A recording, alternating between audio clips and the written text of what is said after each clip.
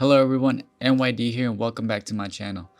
Today I'm going to be doing a what to look for before buying a 1998 Jeep Grand Cherokee 5.9 Limited.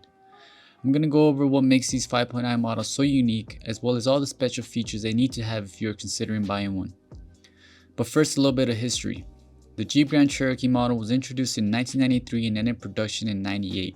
The people at Chrysler wanted to end things with a bang, so the end result was this 245 horsepower, 345 pound-feet of torque monster that took the SUV world by storm by becoming the fastest SUV in 1998. With a limited production of around 14,280 vehicles, this makes the 5.9er one of the most unique Jeeps around. Alright, to start off, we have the 5-spoke Ultra Star aluminum wheels. These are a must-have, and they should be coming with your Jeep. Any other type of wheel is unacceptable because there was no other options from factory. Also, check the back and make sure that the full-size spare tire is matching. Now, moving on to the front. One of the most noticeable differences is the larger, wider front grille. Compared to the regular limited models, the grille on the 5.9 is larger and has a honeycomb pattern that allows for better engine breathing and cooling to accommodate the larger engine. Furthermore, another sweet touch on this car is the hood louvers. You can see mine is a little bit chipped, but the hood louvers should be the color of the car. Try to stay away from painted ones or with ones that have them missing because finding replacements will be hard, and if you do find one, it's going to cost you. Alright, so now we're going to be moving on to the back and let's take a look at the exhaust tip. On a regular limited, the tip should curve down, but with the 5.9 model, it needs to be straight. If the exhaust tip doesn't look like this, then it was replaced or modified. It should also have a stainless steel color, mine is just dirty and needs a polish. Moving on to the top, another special feature on the 5.9 is the low profile roof rack.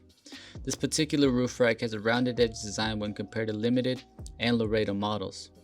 The roof rack should not have pressing buttons, instead there are flip up tabs used to rearrange their position.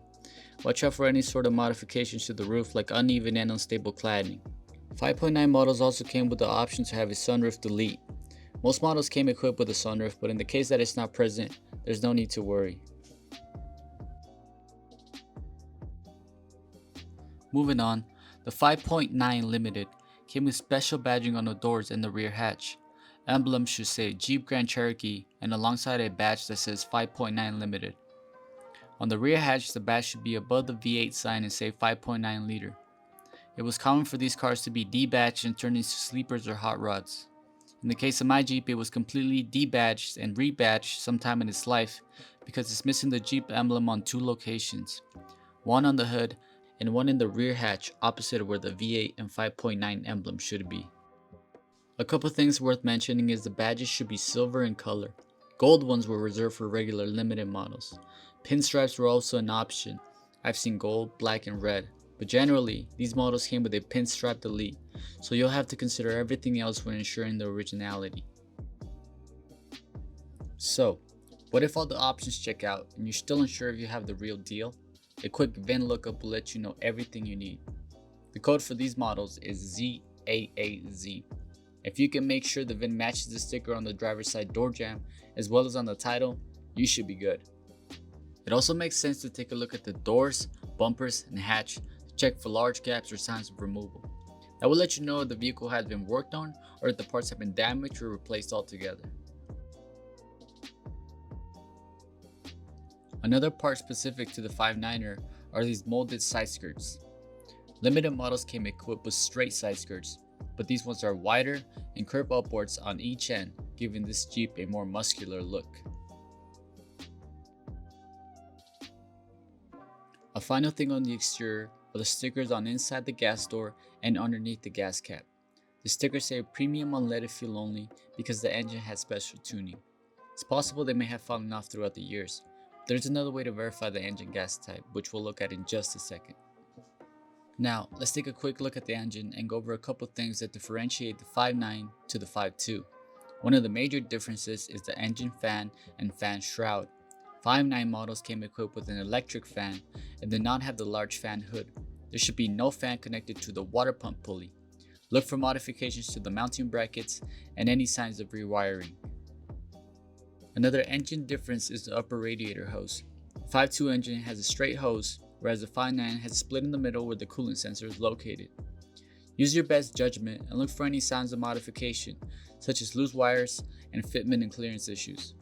These engines were mass-produced and came in a variety of models from the Dodge Ram to Dodge Durango, so ideally, you don't want the engine to have been swapped or rebuilt as it takes from the car's originality.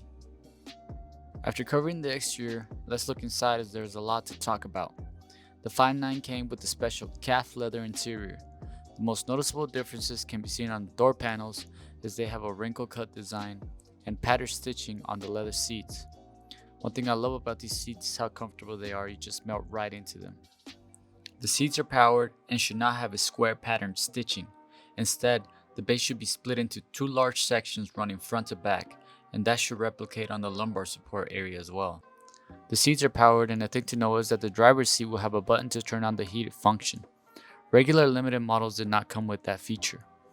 In addition to the special leather treatment, there are dark mahogany interior accents across the front of the vehicle and on all four doors. Special leather treatment was also done to the shifter, transfer case shifter, handbrake, and center armrest. As I mentioned earlier, the other way to check if the Jeep takes premium gas is to look at the gas gauge. The lettering there should state premium unleaded. That's a small touch that makes a big difference. Moving on to the back, there is the same wrinkle cut pattern on the doors and stitching pattern on the seats. The biggest factor is the center armrest unique to this model. Mine is missing the rear headrest, so if someone out there has a pair they want to sell, let me know in the comments. Check under the seats and look for the amp. This amp should be wider than the ones fitted on limited models. The bigger amp is in place to power the extra added speaker bar located on top of the cargo area. This is another one of the must-haves if you're considering purchasing a 5.9er. I'm confident there's not too many of those left around. The final thing is the spare tire cover unique to the 5.9. Mine is unfortunately missing as well, but it's the color of the seats and has a zippered pocket and cargo net at the bottom. Well, there you have it. This was a general guide on what to look for before buying a 98 Jeep Grand Cherokee 5.9 Limited. These vehicles are becoming more and more rare, and I can honestly say I never plan on selling this one. The performance along with the styling make the design of this car age like a fine wine. I have more uploads coming soon, and I'll see you on the next one.